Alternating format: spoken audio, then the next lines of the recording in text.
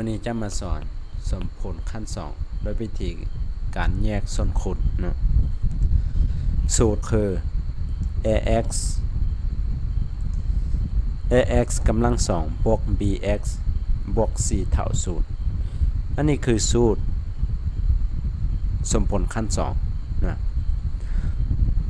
แต่อยู่ในนี้เราจะมี a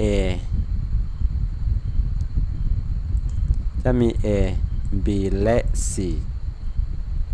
พวกนี้ต้องเป็นจำนวนจริง a ต่างสูตรอันที่หนึ่งเราต้องเปลี่ยนสมผลให้อยู่ในรูปแบบ ax กำลัง2บวก bx บวก c เท่า0สมผลเราจะเป็นแบบใดนะเราต้องปรับให้มันอยู่ในรูปแบบนี้เราจึงสามารถส่งหาใจผลได้เนาะ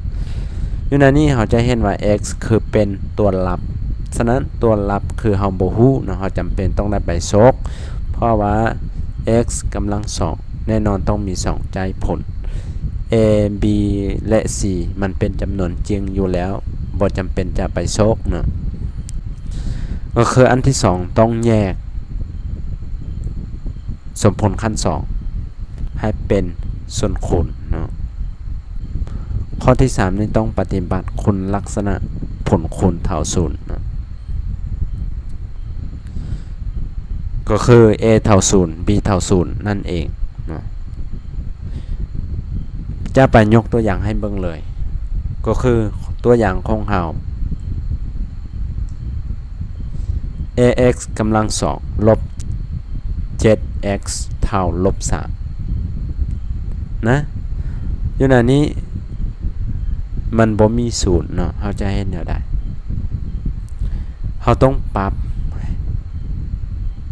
ให้อยู่ในรูปแบบตัวนี้นะให้อยู่ในรูปแบบ ax กำลัง2บวก bx บวก4เท่า0นะเพราะว่าสมผลเขาเจ้าหลักแกนเขาเจ้าต้องบอกมาในนั้นแล้วเนาะเดี๋ยวนี้เราจะมาแยกเป็นส่วนคูณนะเอาแยกง่ายๆเนาะเราจะแยกได้ให้มันคูณเท่ากันนะเดี๋ยวนี้เราสามารถคูณเท่ากันได้เพราะว่า 2x มาคูณ x ได้ a กำลัง2 2x คูณลบ3ได้ลบ 6x ลบให้ x 1ตัวนี้มาคูณ x ได้ลบ x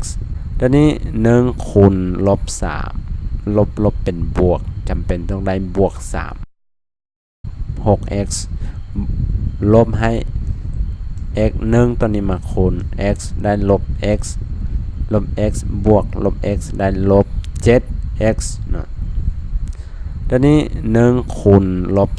3ลบเป็นบวกจำเป็นต้องได้บวก3เนาะทีนี้ไปส่งหาใจผลเลยเดี๋ยวนี้ใจผลง่ายๆเนาะพอเอาใส่ผลคูณ a คูณ b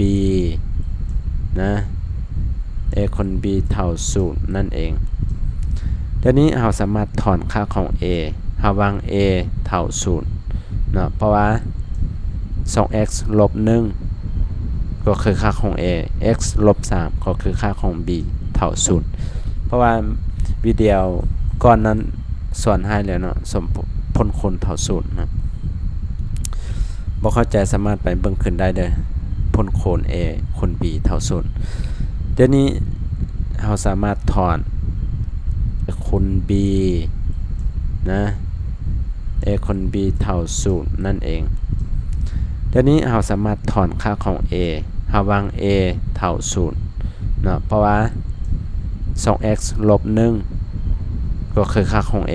x ลบ3ก็คือค่าของ b เท่า0เพราะว่าวิดีโอก่อนนั้นสอนให้แล้วเนาะสมผลคูณเท่า0นะบ่เข้าใจสามารถไปเบิ่งขึ้นได้เด้อผลคูณ a คูณ b เท่า0เดี๋ยวนี้เราสามารถถอนค่าของ x ได้อย่างง่ายได้เนาะถอนค่าของ x ก็คือ1ส่วน2นะคือใจผลเดี๋ยวนี้เราจะไปเบิ่ง